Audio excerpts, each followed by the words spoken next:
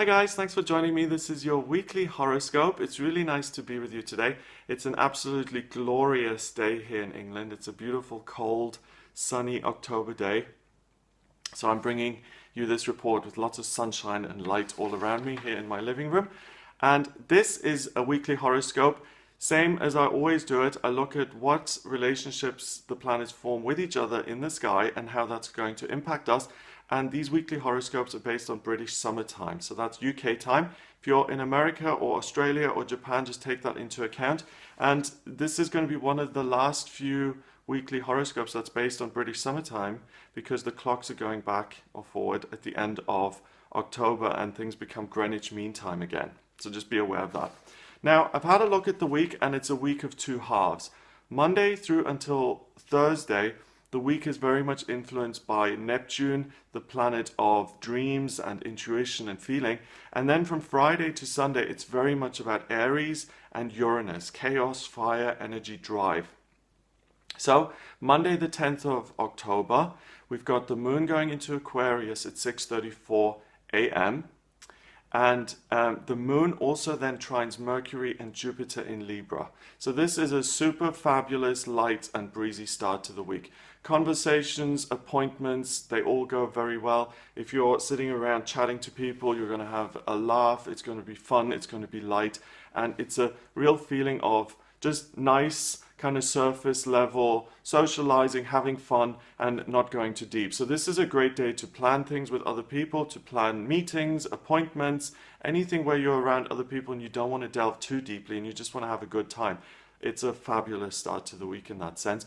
Tuesday continues in this vein. It's still great for conversation, but now there's a bit of an added emotional depth, especially when you look at that depth when it comes to romance. So again, it's another great day to just go out and have fun and to do something, you know, light and breezy and enjoyable, but also to do that now with a romantic partner because you can just do all of those fun things you know, couples do.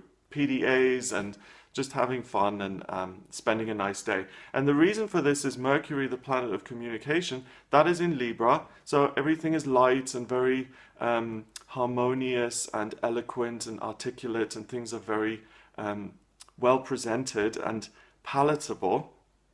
And Mercury, the communication planet, it conjuncts Jupiter, which is the planet of good luck and good fortune, and that is also in Libra. So you activate this good luck whenever you come into contact with another person. Things just lighten up, become very positive, and things go along nicely. The sun is in Libra. It connects with the moon, which squares Venus in Scorpio. And then finally, we've got Mars in Capricorn sextiling Neptune in Pisces. So that's where the additional romantic kind of thing comes from. Venus is very intense, but coupled with the lighter energies of Mercury and Jupiter, that intensity is kind of coupled with lightness and fun and good times. Now, Wednesday, happy Yom Kippur to everyone who celebrates. On Wednesday, we have the moon going into Pisces at 12:44. So we've got the moon now going from this nice air sign of Aquarius into water. So there's more emotional depth now. And the moon also conjuncts Neptune in Pisces, the water planet in a water sign, which then quincunxes Jupiter and Mercury in Libra. So the ability to articulate and to speak and to communicate is very, very good and continues to be very good. But now, Monday, think about your emotions and the level of lightness being up here. Tuesday, we went down there. We became a little bit more emotional, more intense, especially when it comes to romance. And now on Wednesday, we're very emotional. We're very creative. We're very intuitive. This is really a wonderful day to articulate your own hopes and dreams, and to speak to someone about your feelings and what you see for the future and what you would like to happen. It's the kind of day where you could write a poem if you're that way inclined, because you really have access to the emotional side of things and you can delve into that and really explore the emotional side and you feel comfortable doing it. You know, some people are very ill at ease when it comes to getting in touch with their feelings because sometimes in childhood they were told that feelings of weakness and you can't go around crying all the time. This is a day even for people who are closed off to their own emotions to really be able to connect and to get a great sense of what is it that I'm actually feeling. And that's really important. If you're doing something, if you're working on something, if you're in relationships and you have no idea what your feelings are, then you can't really make decisions. You don't really know whether things are good or bad. So this is a great day to connect with how you really feel. Now on Thursday, this is a fabulous day for artistic activities, meditation and connecting with others. And others being both in this reality here on planet Earth and in other dimensions and other realities. The moon is now in Pisces at its most watery, at its most spiritual and intuitive, and it conjuncts Neptune, so it's sitting right on top of Neptune. Neptune really playing a big role here this week, the water planet of intuition and feelings. And this water planet then quincunxes Mercury in Libra, the communication planet, okay? So feelings, intuition, the unmanifest connects via this Mercury link, and it's like the radio's on. You're getting the signal through and you're hearing the message.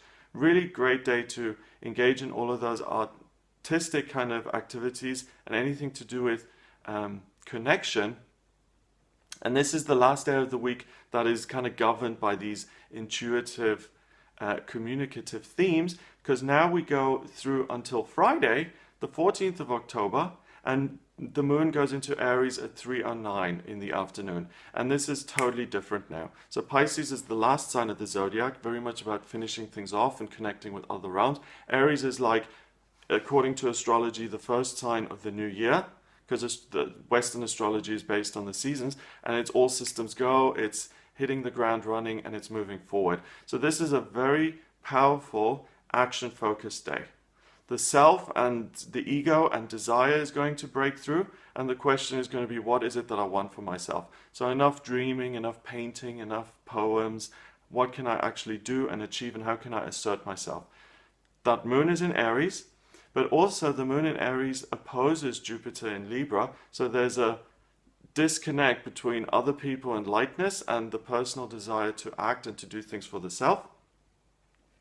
And the energy may feel chaotic and competitive and uncertain, and that leads us into Saturday the 15th of October, because Uranus, the planet of rebellion and being a maverick and doing things differently, that makes its once in a year opposition to the Sun in Libra.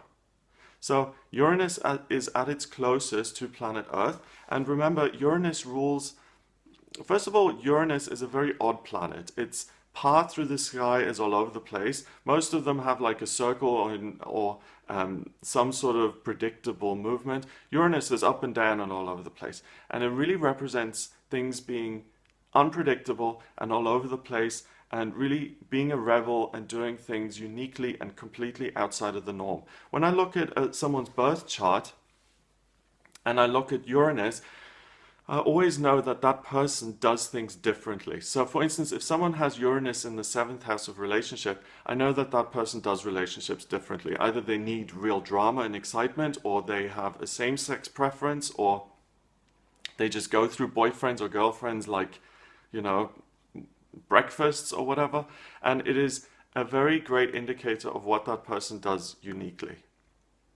If it's in the 10th house, for instance, in someone's birth chart, I know that there's something about that person's career and the amount of energy they put into their career that marks them out as being different, okay? So now Uranus is close to us, so we're all going to feel that sense of chaos and energy and feeling like, what am I going to do for myself, and how can I compete, and how can I beat out the other person, and how can I do things myself?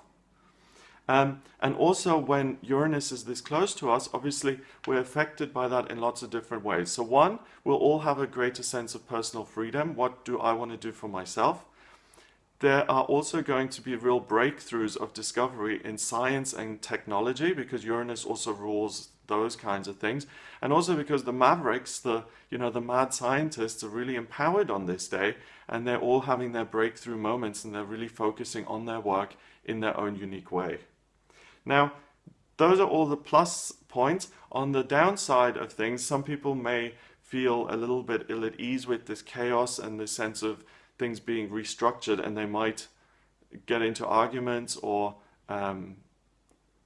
cut off barriers or relationships. So watch out for that, because people are very focused on doing things their way. And if you get in the way of that and say, well, no, that's incorrect, then they're going to rebel.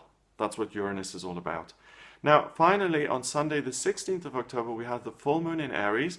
That happens at 4:24 a.m. and Aries is a fire sign. So the full moon is when the moon showers us with its beautiful energy. In Aries, it's all about action, action, action.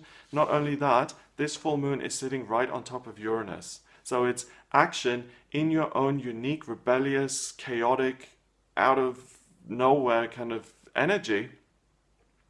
And it's very close to the Earth, so it may appear bigger, it may appear to be a supermoon, and it really drives you and kind of forces you to act on things that you care about.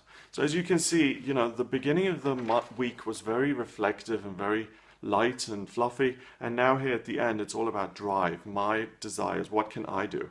This is called the Hunter's Moon in the year, this full moon, and the moon then goes into Taurus at 3 in the afternoon, and things start to get a bit more stable going into the next week and really being practical and grounded. So it's these 3 days, Friday, Saturday and Sunday, where really you're at the peak of your powers. It's all drive, drive, drive. How can I make things happen, and how can I do them in my own unique, unconventional way?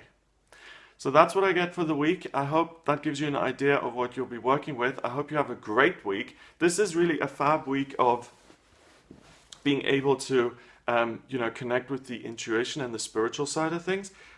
So the thing that I've been interested in lately is channeling and connecting with certain entities to get information through, rather than connecting with my own higher self. So the first 4 days of the week will be really good for that kind of activity. And then Friday, Saturday, Sunday is about breaking barriers, overcoming obstacles, and asserting yourself in a way that feels very real and honest to who you are, and taking action and moving things forward. So I hope you have a great week. If you would like a private reading with me, please get in touch via my website. It's gregoryscott.com. Click on the readings tab and you can order your reading with me there. Please remember to subscribe to the channel, and I will be with you for the daily tarot readings, the weekly horoscopes and the monthly horoscopes. The ones for October are out for each sign of the zodiac. I'm going to do the monthlies for November in the next week or two, so watch out for those. I hope you have a great week, and I'll speak to you soon.